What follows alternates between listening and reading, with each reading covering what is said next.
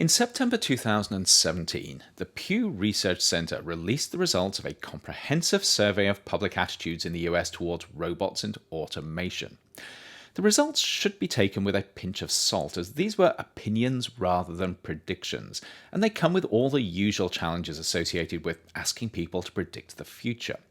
Yet they're quite revealing when it comes to what people think about automation. Some of the results aren't too surprising. For instance, some people who responded were worried about the prospect of robots replacing them in the future, and respondents generally didn't like the idea of computers deciding who to hire and who not to. Other results in the survey were more surprising. For example, 56% of participants would not want to ride in a driverless vehicle, and of these, safety concerns were uppermost in their reasoning. And this is despite safety being one of the big arguments made for getting rid of human drivers. As part of the survey, participants were asked what they thought the impacts of robots and computers would be on inequality. This was specifically framed in terms of what the outcomes would be if automation replaced many of the jobs currently done by people.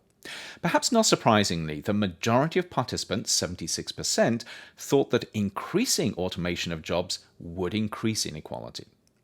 How this stacks up to how things are actually likely to play out is complex.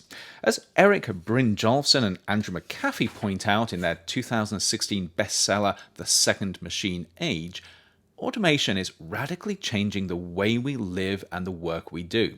The question that is challenging experts like Brynjolfsson and McAfee, though, is whether this will lead to a net reduction in jobs or simply a change in the types of jobs people do. And it's not an easy one to answer. Looking back over the recent history of automation, there have been pivotal shifts in the types of jobs available to people. There have also been industries that have been largely stripped of human labour. In the 1800s, this was at the root of the Luddite movement, something we'll revisit in Chapter 9, as textile artisans began to see their skills being replaced by machines and their livelihoods taken away. And since then, every wave of automation has led to further job losses. But at the same time, new jobs have been created. When I was finishing high school and going through the tedium of career advice, many of the jobs that people now do hadn't even been invented.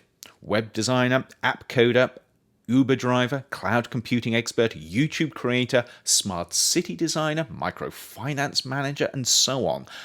None of these appeared in the brochures. I was encouraged to digest. There's no question that over the past few decades, the job market has radically changed, and this has been driven by technological innovation and to a large extent by automation.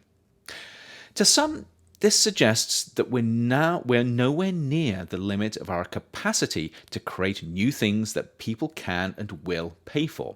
And all that automation does is create new opportunities for enterprising humans to make money. This is not a universally held view, and there are many economists who worry that emerging technologies will lead to a serious net reduction in jobs. From the Pew survey, many others had the same concerns, and while this is based on impressions and gut feeling rather than hard evidence, it's probably justified in one respect.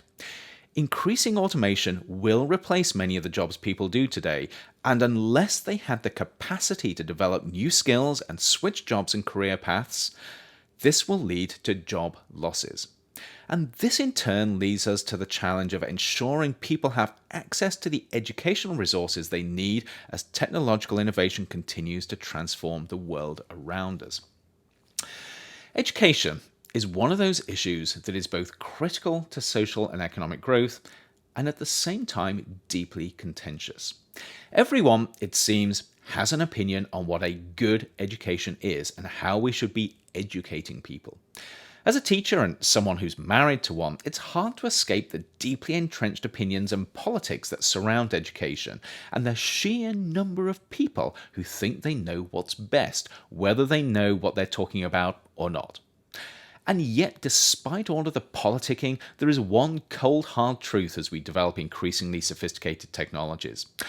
If our educational thinking, approaches, and resources don't keep up with the future we're creating, people are going to suffer as a result. How to address this, of course, is challenging.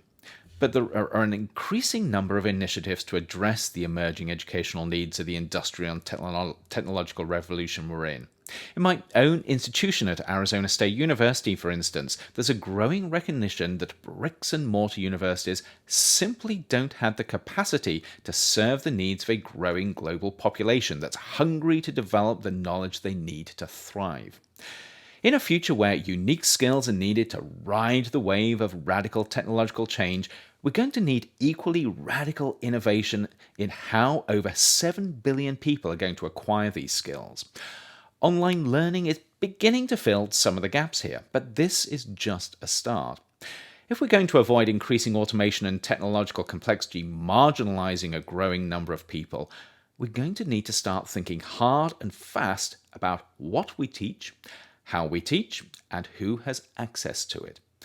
More than this, we're going to have to recalibrate our thinking on what we mean by education in the first place.